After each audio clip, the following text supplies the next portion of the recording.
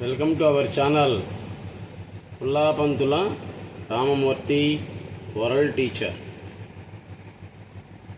అనిలాచల నివాసి అయినటువంటి సద్గురు సుబ్రహ్మణ్యం గారు చెప్తారు, ఏదైనా సహజత్వం సాధారణత్వం అంటారన్నమాట. సహజంగా ఉండాలి అంటారు ఆయన. సహజత్వం సాధారణత్వం అని అంటారు. ఇక్కడ చెప్తారు, కళను మనమేమంటున్నాం? మెలకువ అని అంటున్నాం. మెలకువని నిద్ర అని అంటున్నాం. ఆరోగ్యాన్ని అనారోగ్యం అంటున్నాం. అనారోగ్యాన్ని ఆరోగ్యం అంటున్నాం. మరణాన్ని జీవితం అంటున్నాం.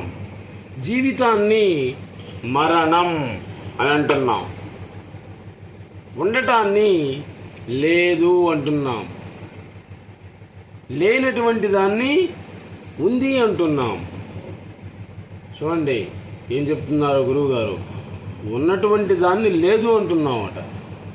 అసలు లేనటువంటి దాన్ని ఉంది అని భ్రాంతి పడుతున్నావు. అంటే ఒక శిష్యుడు అడిగారు, నేను లేనంటారా అయితే అని అన్నాడు అనమాట. ఉన్నదాన్ని లేనంటున్నా అంటున్నావు కదా, నేను లేనంటావా అని అడిగాడు.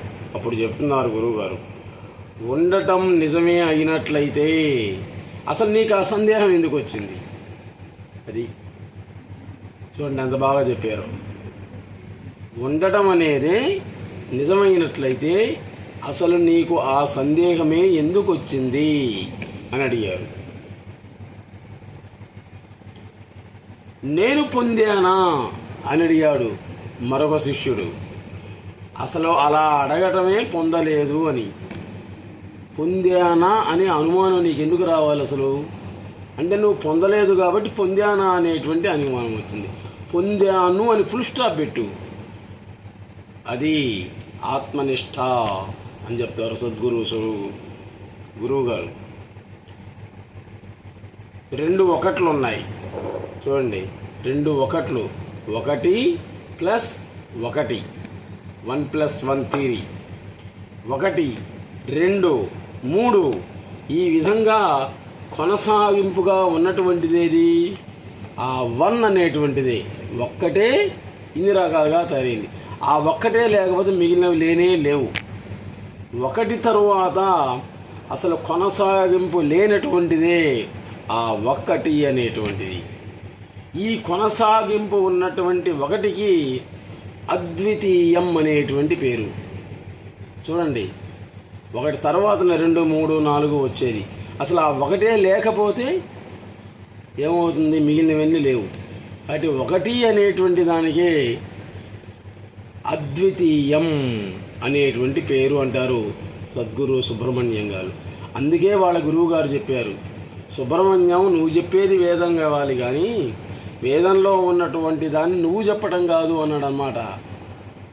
చూడండి ఎంత బాగా చెప్పారో. హిమాలయ యోగి ఆయన గురువు గారు, మొట్టమొదటి గురువు గారు. ఆయన హిమాలయ యోగి ఈయనకేం చేశారంటే సద్గురు సుబ్రహ్మణ్యం గారికి ఒక్కొక్క రోగానికి ఒక్కొక్క మంత్రం రాసిచ్చాడు. కాగితాల మీద, చీటీ మీద రాసిచ్చాడు అనమాట. అంటే 91 సంవత్సరాలు కఠినమైనటువంటి ఉపవాసం చేశాడు ఈయన సద్గురు సుబ్రహ్మణ్యం గారు. ఆయన దగ్గర ఆ పవర్ ఎలా వచ్చిందో చూడండి. ఈయనకు 91 రోజులు కఠినమైనటువంటి ఉపవాసం చేసిన తర్వాత 92వ రోజు భయంకరమైనటువంటి ఆకలైంది. గురువుగారితో ఇంకా పోయి చెప్పబోతున్నాడు, స్వామి ఇంక నేను ఉండలేను, ఇంకా తినకుండా ఉండలేను, ఆత్మారాముని సంతృప్తి పరచాలి, లేకపోతే ఇక్కడనే నేను ఢామ్ అంటాను, ఈ శరీరమే పోతుంది, కాబట్టి నేను వెళ్ళి కొంచెం తినాలి అని గురువుగారితో అనబోతున్నాడు పాపం ఆయన. వస్తున్నాడు చెప్పడానికి. అప్పుడు గమనించాడు ఆయన హిమాలయ యోగి. గమనించి, అంటే హిమాలయ యోగిలో ఒక గొప్పతనం ఉంది. మన మనస్సులో ఉన్నటువంటి దాన్ని ఆయన గ్రహిస్తాడు. అది ఆయన గొప్పతనం. హిమాలయ పర్వతాల్లో తపశ్శక్తి వల్ల వచ్చింది ఆయనకి అది. ఆయన చెప్పడానికి వస్తున్నప్పుడు ఈయన అన్నాడు హిమాలయ యోగి, సుబ్రహ్మణ్యం, ఇమీడియట్లీగా నువ్వు పోయి ఇంటికి వెళ్ళి